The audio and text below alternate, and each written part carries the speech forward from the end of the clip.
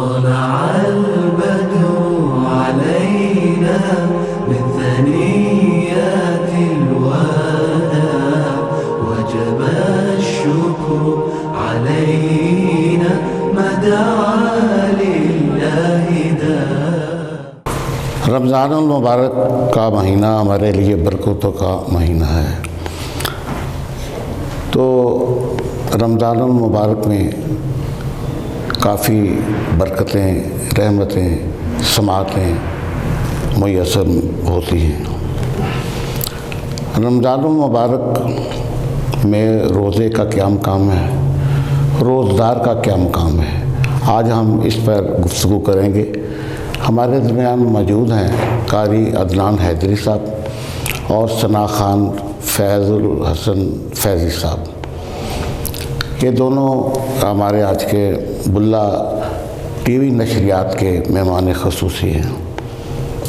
تو سب سے پہلے میں قاری صاحب آپ کی طرف آؤں گا، آپ یہ فرمائیے کہ روزدار رمضان المبارک میں روزدار کا کیا مقام ہے اور رمضان المبارک کی برکتیں کیا ہیں؟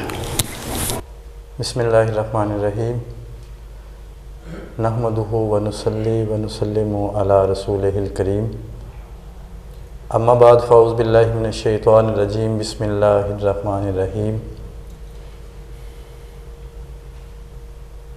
اللہ کریم جل شانہ نے قرآن مجید فرقان حمید میں واضح طور پر ارشاد فرمایا، یا ایھا الذین آمنوا کتب علیکم الصیام کما کتب علی الذین من قبلکم لعلکم تتقون۔ حضرات گرامی قدر،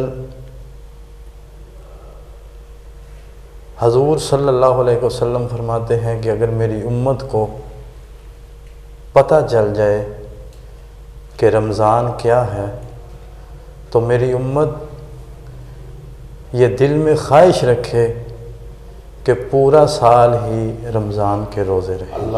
سبحان اللہ، ماشاءاللہ۔ اتنا اجر ہے ان کا کہ امت یہ دعائیں کرتے رہے کہ روزے جائیں نہ، ہر پورا سال روزے رہیں، ما فی رمضانی، میری امت کو پتہ چل جائے کہ رمضان کیا ہے۔ اور پھر روزے دار کے متعلق، روزے دار کا اٹھنا بھی عبادت، روزے دار کا چلنا بھی عبادت، روزے دار کا سونا بھی عبادت۔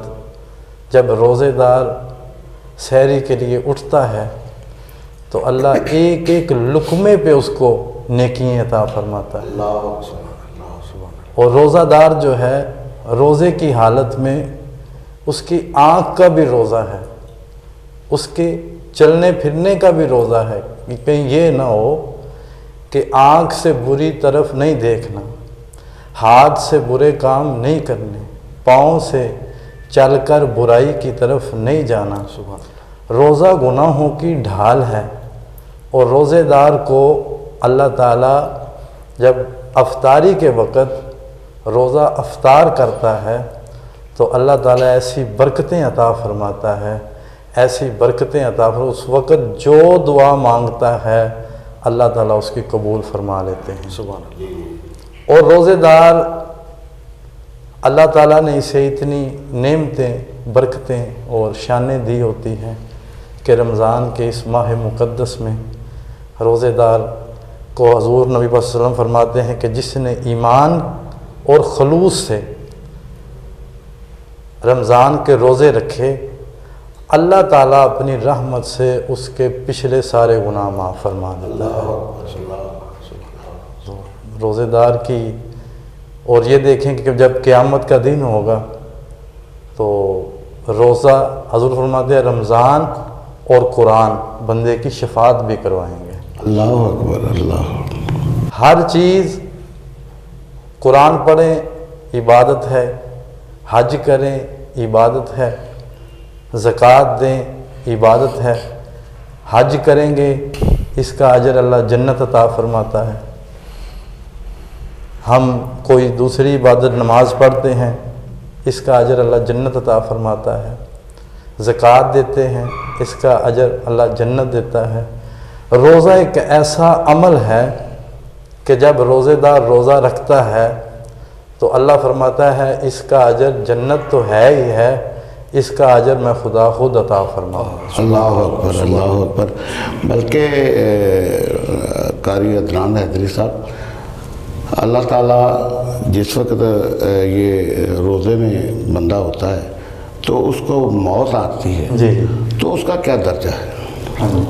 کیونکہ یہ سارا مہینہ ہی رحمتوں کا ہے، سارا مہینہ ہی مغفرت کا ہے، بخشش کا ہے، تو وہ تو خوش نصیب لوگ ہیں کہ اس رحمتوں والے مہینے میں جنہیں اللہ تعالیٰ یہ سعادت ہے، مرنا تو ہے ہی ہے، تو اللہ تعالیٰ ایسا ہو کہ روزے کی حالت ہو اور جسم سے جان جو ہے نکل رہی ہو، اور اللہ ایسے نصیب بنا دے کہ روزہ ہو، آنکھیں بند ہو رہی ہوں، سامنے حضور کے جلوے اللہ نصیب فرما دے۔ اور ایسا آدمی جب قبر میں جائے گا تو مفسرین اکرام لکھتے ہیں کہ قبر میں بھی اس کا حساب نہیں ہوگا، کیونکہ یہ مہینہ جو مغفرت کا ہے، دوزخ کے دروازے بند ہو جاتے ہیں، اللہ تعالیٰ رحمت کے فرشتے جو ہے دروازے جنت کے کھول دیتے ہیں، اور پھر جب جنت کے دروازے کھلتے ہیں اس بندے کے لیے، جب جنت کے دروازے ہر روز پہلی رمضان سے لے کے آخری رمضان تک جنت کے دروازے کھلے رہتے ہیں، اور ہر روز بلاوا دینے والا اللہ کی طرف سے آوازیں دیتا ہے کوئی مجھ سے طلب کرنے والا؟ کسی کو مغفرت کی ضرورت ہے، کسی کو بخشش کی ضرورت ہے، جس چیز کی بھی طلب ہو اللہ تعالیٰ وہ اسے عطا فرماتا ہے۔ جی رمضان المبارک میں خاص کر عبادت ہوتی ہے، ہاں جی، عبادت کے درجے کیا ہیں؟ دیکھیں عبادتیں تو ساری ہیں، حضور سے جب پوچھا گیا نا کہ کیا کریں زیادہ، تو میرے آقا صلی اللہ علیہ وسلم فرمایا کہ رمضان میں قرآن زیادہ پڑھو، جتنا بھی ہو سکے قرآن پڑھو۔ صحابہ نے پوچھا تو حضور فرمایا قرآن پڑھا کرو، اور صحابہ کرام قرآن کی تلاوت بہت زیادہ فرماتے تھے۔ حضور نبی پاک صلی اللہ علیہ وسلم حضرت ابو موسیٰ اشعری رضی اللہ تعالیٰ عنہ آپ کے دروازہ کے قریب سے گزرے نا، رات کا ٹائم ہے، تو حضرت ابو موسیٰ اشعری اندر قرآن پاک کی تلاوت کر رہے ہیں، ان کو یہ نہیں پتا کہ میں قرآن پڑھ رہا ہوں اور باہر دروازے میں قرآن سن کون رہا ہے۔ رحمتوں والے نبی صلی اللہ علیہ وسلم کے دروازے کے باہر کھڑے ہیں اور وہ اندر تلاوت قرآن پاک کر رہے ہیں۔ اللہ کے محبوب سنتے رہے، بڑے خوش ہوتے رہے۔ صبح ہوئی نہ تو نماز پڑھی سرکار کے ساتھ، حضور سلام پھیرا، فرمایا ابو موسیٰ اشعری کدھر ہیں؟ حضور میں حاضر۔ فرمایا ابو موسیٰ تو قرآن بڑا پیارا پڑھتا ہے، تو قرآن بہت پیارا پڑھتا ہے یا رسول اللہ صلی اللہ علیہ وسلم۔ حضور وہ کیسے؟ حضور فرمایا رات کو جب میں گزر رہا تھا نا تیرے دروازے کے پاس سے تو قرآن پڑھ رہا تھا، میں تیرا قرآن خود سن رہا تھا۔ عرض کی یا رسول اللہ اگر مجھے پتہ چل جاتا نا کہ میرا قرآن وہ سن رہے ہیں جن پہ قرآن نازل ہو رہا تو یا رسول اللہ میں اس سے بھی پیارا قرآن پڑھتا، حضور اس سے بھی زیادہ قرآن کی تلاوت فرماتا، یعنی قرآن کی تلاوت فرماتا۔ ہم ایک بریک پر جا رہے ہیں۔ طلع البدر